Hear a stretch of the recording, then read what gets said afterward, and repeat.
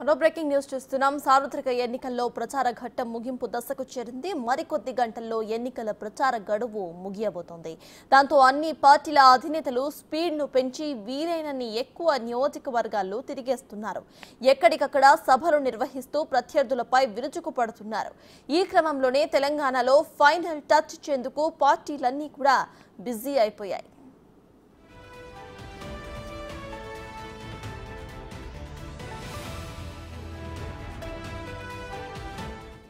మే 13న polling జరగబోతూ ఉండటంతో 11న సాయంత్రంతో ప్రచారం close కాబోతోంది. దీంతో ఇన్ని రోజులు ఓవైపు వేసవి ఎండలు, ఇంకోవైపు పార్టీల ప్రచారాలతో తెలంగాణ రాష్ట్రం ఫుల్గా హీట్ ఎక్కింది. ఇక 2 రోజులుగా కురుస్తున్న వర్షాలకు సైతం లెక్క చేయకుండా లోకల్ లీడర్సే కాకుండా జాతీయ నేతలు కూడా సుడిగాలి పర్యటనలతో దూసుకుపోతున్నారు. మాటకు మాట అంటూ పోటాపోటీగా ప్రచారాన్ని సాగిస్తూ అన్ని పార్టీల నాయకులు హోరెత్తిస్తున్నారు.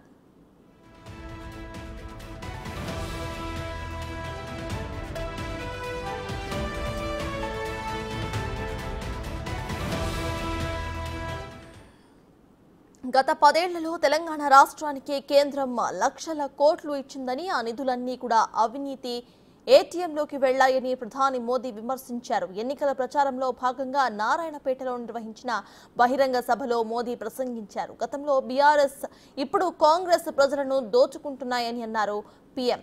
ఇక బీఆర్ఎస్ సర్కారు కాళేశ్వరం పేరిట లూటీ చేసిందని, ఇప్పుడు కాంగ్రెస్ కూడా అదే దారిలో వెళ్తోందని విమర్శించారు.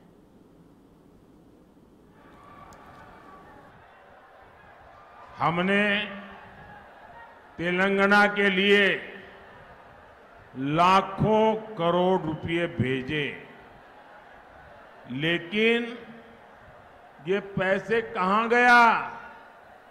ये पैसा करप्शन का एटीएम लगाकर पहले बीआरएस ने अपनी जेब भरी और अब कांग्रेस भी उसी तरह तेलंगाना को लूट रही है. 10 ఏళ్ల బీఆర్ఎస్ పాలనలో పాలమూరు నిర్లక్ష్యానికి గురైందని సీఎం రేవంత్ రెడ్డి విమర్శలు గుప్పించారు. బీజేపీకి ఓటు వేస్తే రిజర్వేషన్స్ ను రద్దు చేయాలని తీర్పు ఇచ్చినట్లుగా ఆయన అన్నారు. ఇక బీజేపీ గెలిస్తే మతాల మధ్య చిచ్చు, మనుషుల మధ్య పంచాయతీ పెట్టి అభివృద్ధి ఎక్కడికక్కడ ఆగిపోతుందని ఫైర్ అయ్యారు రేవంత్. పాలమూరు జిల్లా అభివృద్ధిని అడ్డుకునేందుకు పాలమూరు ప్రాంత నేతలు కొందరు ఢిల్లీ సుల్తానులకు బానిసలై పాలమూరు ప్రాజెక్టుకు జాతీయ హోదా, పాలమూరుకు రైలు రాకను అడ్డుకుంటున్నారని అన్నారు. డీకే అరుణ పైన తీవ్ర స్థాయిలో మండిపడ్డారు రేవంత్. డీకే అరుణమ్మ నమ్ముకొని ప్రజల నుంచి వచ్చిన నన్ను నల్లమల ప్రాంతం నుంచి రైతు బిడ్డగా, ఒక యువకుడిగా, ఏ రాజకీయ నేపథ్యం లేకపోయినా కష్టపడి కింది నుంచి ముఖ్యమంత్రి పదవి వరకు వచ్చిన నన్ను నా జిల్లాకు వచ్చి అవమానిస్తావా? ఇది న్యాయమా? ఇది నీకు ధర్మమా? ఇవాళ సవాలు విసురుతున్న ఈ జిల్లాలో ఎవరినైనా అడగండి, ఏ యువకుడినైనా కదిలించండి, ఏ ఆడబిడ్డనైనా పలకరించండి. డీకేల చరిత్ర ఏందో, మీ రేవంత్ అన్న చరిత్ర ఏందో అడగమను. నరేంద్ర మోడీ సాద్నగర్ అంబేద్కర్ చౌరస్తాలో బ్యాలెట్ బాక్స్ పెట్టండి. ఎవరు అవినీతి పరులో, ఎవరి దోపిడీదారులో, ఎవరు దొంగ సారాయి అమ్మిందో, ఎవరు కళ్ళు అమ్మిందో, ఎవరు ఇసుక దోచుకున్నారో, ఎవరు మట్టిని దోచుకున్నారో, ఎవరు కంకర కొల్లగొట్టినరో, ఎవరు కాంట్రాక్టర్ల దగ్గర కమిషన్లు అడిగినరో, ఎవరు రోడ్ల కాంట్రాక్టులు చేసిండ్రో, ఎవరు రియల్ ఎస్టేట్ వాళ్ళను వసూళ్లు చేసిండ్రో సవాలు చేద్దామా? సాద్నగర్ చౌరస్తాలో ఓటింగ్ పెడదామా? ఒకవేళ ఈ సాద్నగర్ చౌరస్తాలో నాది తప్పని తేలితే నేను అంబేద్కర్ సాక్షిగా ఈ చౌరస్తాలో ముక్కు నేలకు రాస్తా.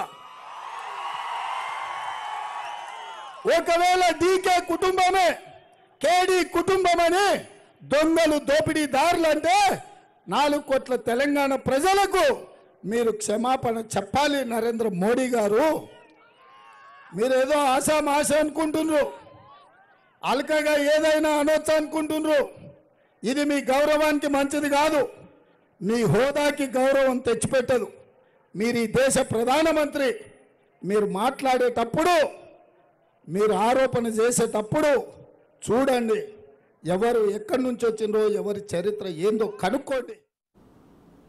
10 ఏళ్లలో తెలంగాణకు మోదీ ఏం చేశారో చెప్పాలని కాంగ్రెస్ పార్టీ జాతీయ అధ్యక్షుడు మల్లికార్జున ఖర్గే ప్రశ్నించారు. నల్గొండ జిల్లా నకిరేకల్లో కాంగ్రెస్ పార్టీ నిర్వహించిన జనజాతర సభలో ఖర్గే పాల్గొన్నారు. మోదీ పాలనలో ఆయన మిత్రులే ధనవంతులు అయ్యారని విమర్శించారు. మోదీకి దమ్ముంటే ఆదాని, అంబానీలపై ఈడీ రైడ్స్ చేయించాలని డిమాండ్ చేశారు. రిజర్వేషన్లు, రాజ్యాంగాన్ని కాపాడేందుకు చివరి వరకు కూడా పోరాడతారని ఖర్గే అన్నారు. రాష్ట్రంలో 6 గ్యారెంటీలను కాంగ్రెస్ सरकार 100 రోజుల్లోనే అమలు చేసి చూపించిందని వివరించారు. बीजेपी आरएसएस के लोग संविधान को बदलना चाहते हैं और हम चाहते हैं जो संविधान जवाहरलाल नेहरू जी, डॉक्टर अंबेडकर ने बनाया है, उस संविधान को हम कभी बदलने नहीं देंगे। बीजेपी चाहती है बैकवर्ड क्लास रिजर्वेशन को निकालना, एससी के रिजर्वेशन को निकालना, एसटी के रिजर्वेशन को निकालना और गरीबों को तंग और तबाह करके इस देश में गुलाम जैसे रखना, ये आरएसएस और बीजेपी का इरादा है। कांग्रेस पार्टी संविधान और आरक्षण को बचाने के लिए आखिरी दम तक लड़ेंगे। కాబట్టి కాంగ్రెస్ పార్టీ రిజర్వేషన్లను కాపాడడానికి, భారత రాజ్యాంగాన్ని కాపాడడానికి తన చివరి శ్వాస వరకు పోరాటం చేస్తూనే ఉంటుంది. सरकार बनने के बाद आरक्षण की सीमा को भी हम बढ़ाएंगे। ప్రధాని నరేంద్ర మోదీ తెలంగాణకు చేసిందేమీ లేదని బీఆర్ఎస్ అధినేత కేసీఆర్ మండిపడ్డారు. సిద్దిపేటలో ఏర్పాటు చేసిన సభలో ఆయన పాల్గొని ప్రసంగించారు. లోక్సభ ఎన్నికల్లో 3 పార్టీలు రంగంలో ఉన్నాయని, ఏ పార్టీ ఏం చేసిందో అందరికీ కూడా బాగా తెలుసని అన్నారు. ప్రజలు ఆ విషయాన్ని గుర్తు చేసుకుని ఓటు వేయాలని కోరారు. బీజేపీ ఎజెండాలో ఏనాడు కూడా పేదల అవస్థలు ఉండవు, పేదల మాట ఉండదు, రైతులు ఉండరు, చేనేత కార్మికులు ఉండరు, సామాన్య బడుగు బలహీన వర్గాల బాధలు కానీ ఉండవు.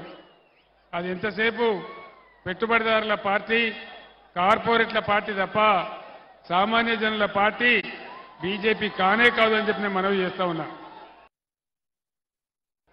బీజేపీ ఎజెండాలో ఏనాడు కూడా పేదల అవస్థలు ఉండవు,